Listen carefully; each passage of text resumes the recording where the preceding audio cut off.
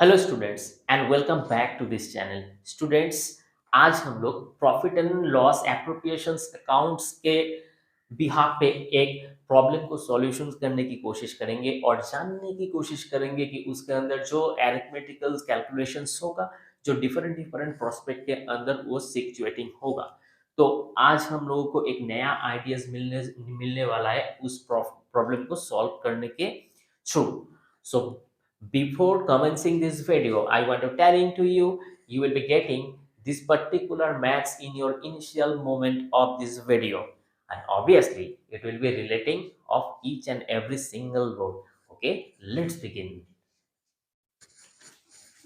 Students, जो हमारा जो एक मैथ्स होगा मैं रैंडम पिक कर रहा हूँ. Okay, X Y and Z, it is the partnerships with the capital of 1,20,000 credit, 1 lakhs credit and 8,000 debit, respectively, on the 1st April 2012.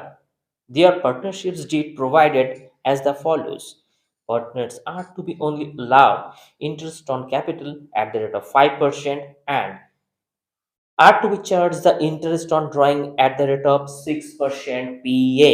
Okay, well, number two, X entitled to the commissions of 10% at the net profit securing contract with the customers. Okay. Number three, Y also entitled the commissions of 10% of their net profit after charging costs. Okay, above. Number four, Z is entitled the rent of 1,000 per month for the using the premises by the firm. During the year, X withdrew 200 rupees of the beginning of every month, Y rupees 300 during the month, and Z 400 during every the end of the every month. Okay, the net profit of the firm is the year ended 31st March 2013. Before providing of any above clause, it was 1,11,000 from above. You are required to the draft only the profit and loss appropriations account for the year ended 31st March 2020, 2013. All calculations are to be made interest on nearest term of rupees. Okay, चलिए हम लोग शुरू करते हैं. जैसे कि हमारा जो प्रॉफिट एंड लॉस होगा, सो हम लोग लिखते हैं बाय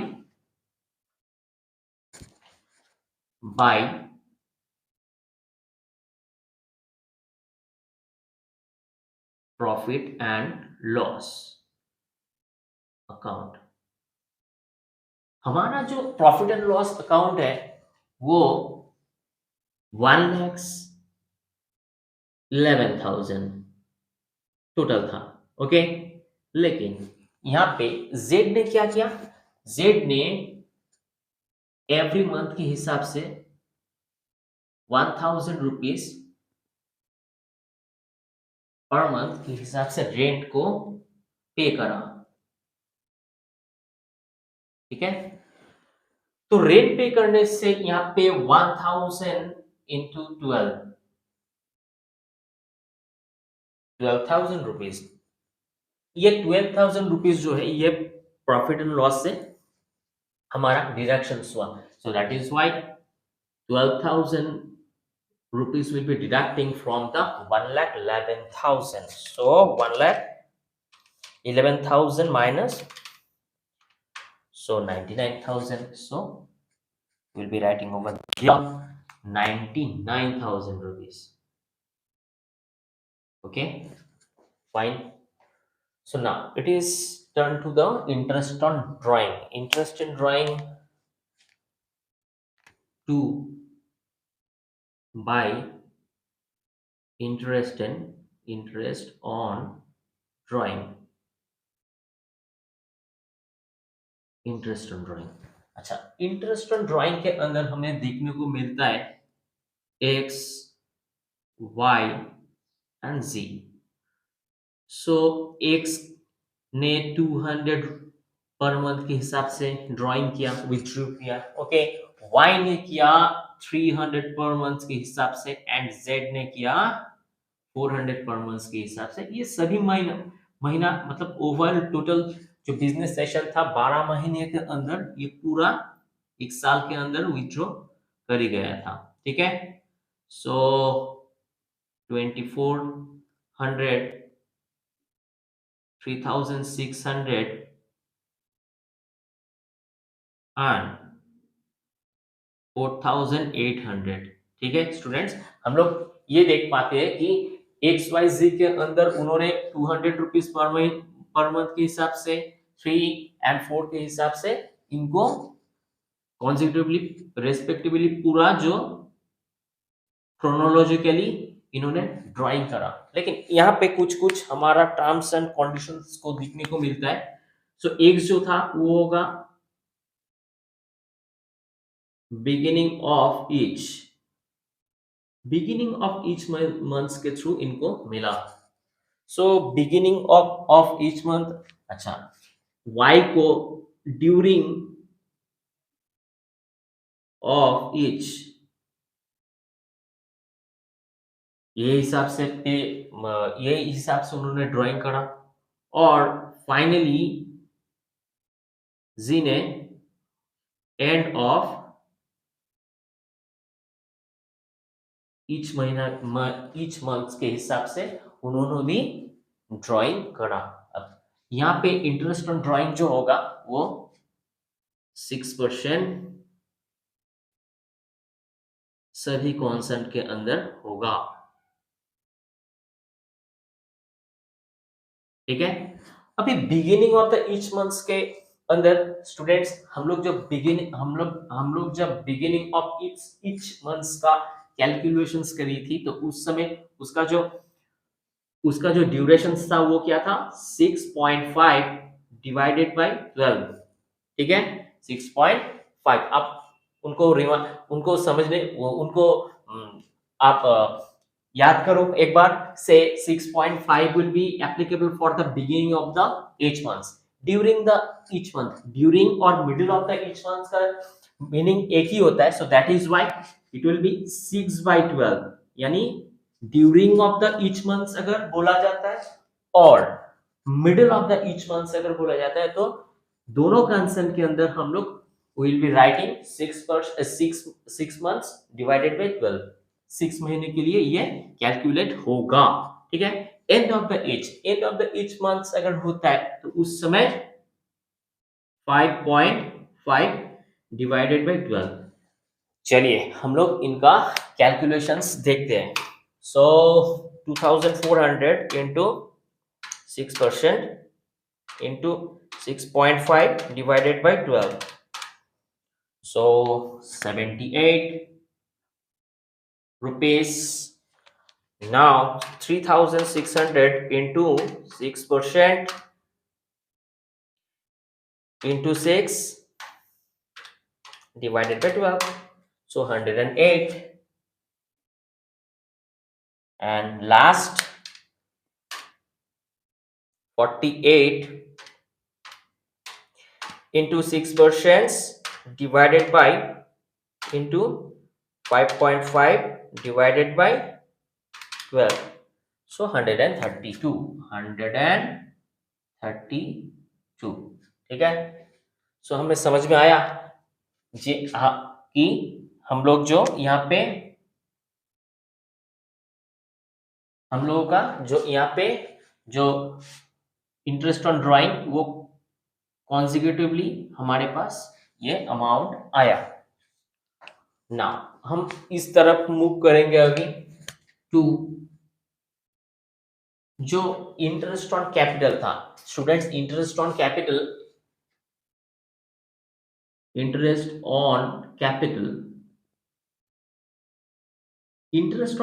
के अंदर हमारे जो इंफॉर्मेशन है उनके थ्रू एक्स वाई को सिर्फ और सिर्फ पे करना पड़ेगा। से वाई स्टूडेंट्स, हमें एक्स और वाई का ही क्यों इंटरेस्ट ऑन कैपिटल पे करना पड़ेगा, क्योंकि एक्स और जो वाई था ना, ये एक्स और वाई इन्होंने ये दोनों पार्टनर्स जो थे इन्होंने सिर्फ और सिर्फ कैपिटल इंट्रोड्यूस करी थी।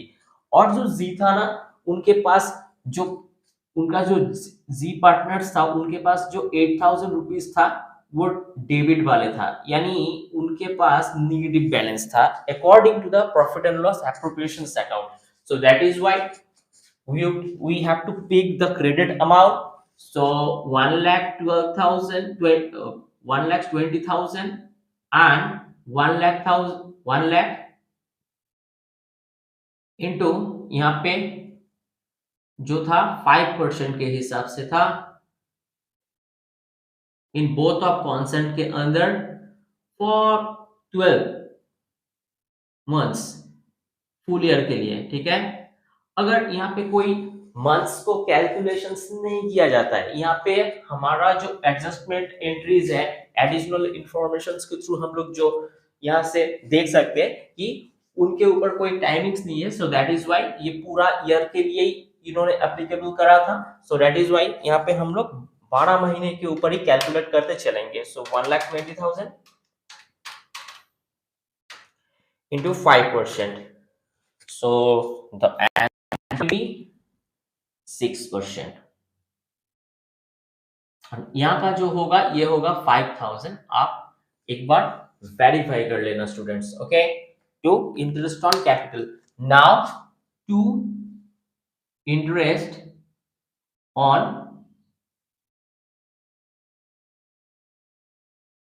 Commissions account. So interest on commissions जो है वो x and y will be getting. okay only. अच्छा, इंटरेस्ट ऑन कमीशंस जो है ना, इन्होंने इंस्ट्रक्शंस हमें दिया गया कि जो नेट प्रॉफिट होगा, प्रॉफिट एंड लॉस का जो अमाउंट होगा, उनके ऊपर जो x का interest on capital, interest on commissions will be depending. मतलब इंटरेस्ट ऑन कमीशंस जो होगा ना, वो टोटली बाय नेट प्रॉफिट के अंदर जो आएगा उसके ऊपर ही इनका कमीशंस होगा. ठीक है, so the calculations will be 99,000 into यहाँ पे इनका जो कमीशंस था वो 10% करके था. Okay, so that and the answer will be 9,900. Okay, ये कमीशंस था. अभी एक्स वाई का जो कमीशंस होगा वो 99,000 से जो इनका जो कमीशंस है ये पहले डिडक्ट होगा.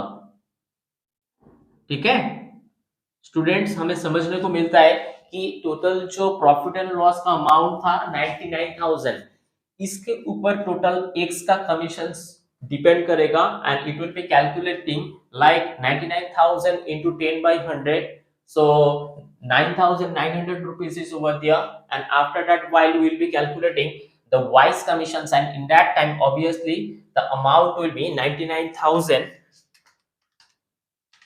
minus 9,900. So 89,100. So 89,100. So it will be same 10 by 100. Okay, so the amount will be 89100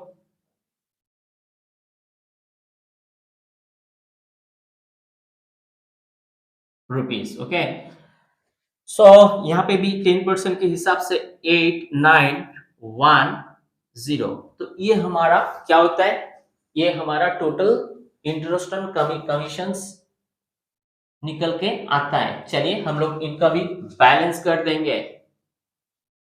students बहुत इजी है ये मैथ्स. ठीक है, सो 99,000 plus 78 plus 108 plus 132. So while you will be they also will be adding together 99,318. 99,318 rupees. So both of constant will be writing 99,318. 99,318.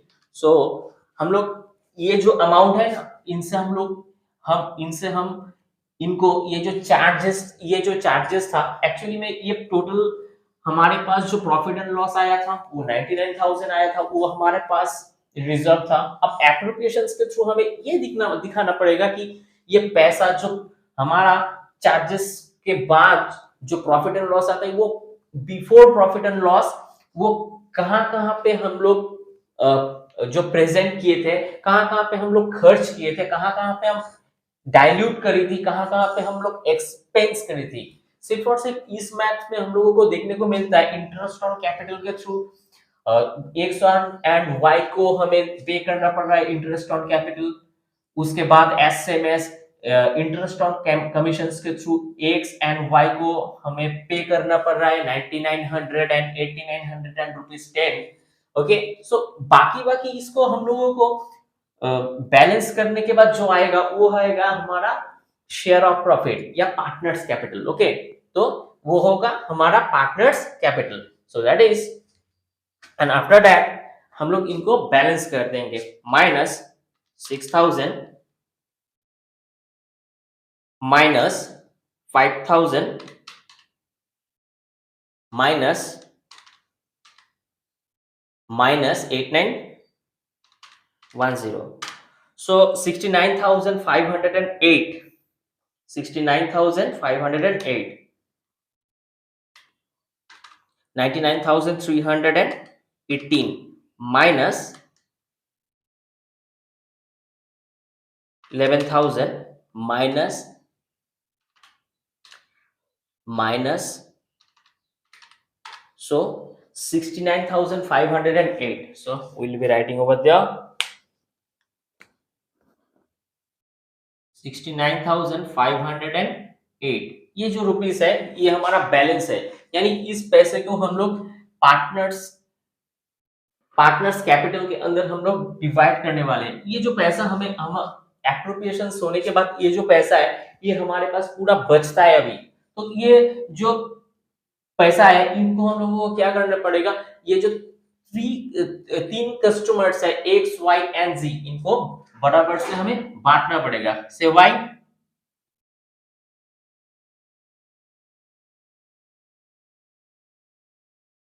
Partners capital,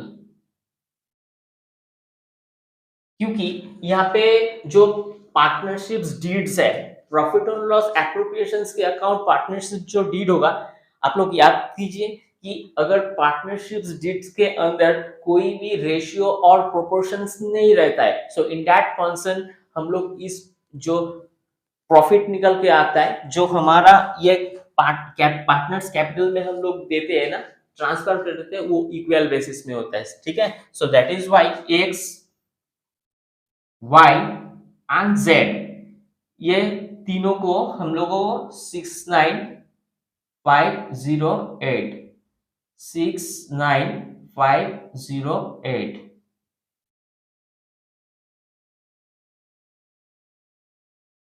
69,508 इनको हम लोगों को equally distribute करना होता है, 1/3 1/3 एंड 1/3। सो इनका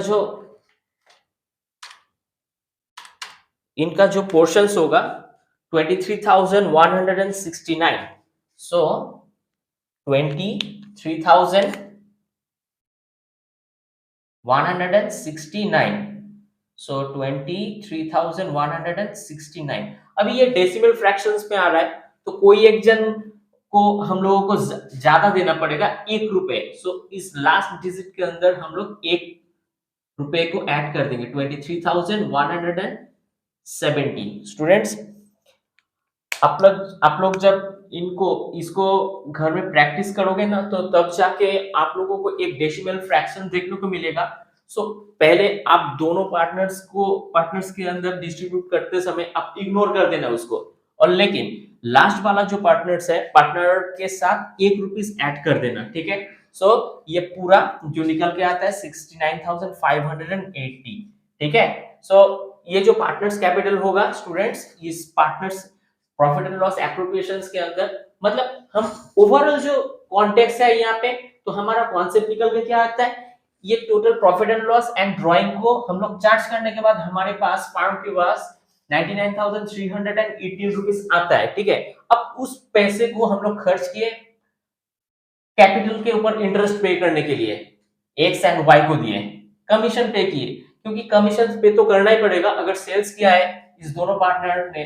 तो प्रॉफिट एंड लॉस जितना होता है उस पोर्शंस के अंदर हमें 10% करके ईच बोथ ऑफ पार्टनर्स को हम लोगों को पे करना पड़ा। सो that is why the entire amount will be deducting from the 99,318 rupees. So after that 69,508 rupees has threshold balance.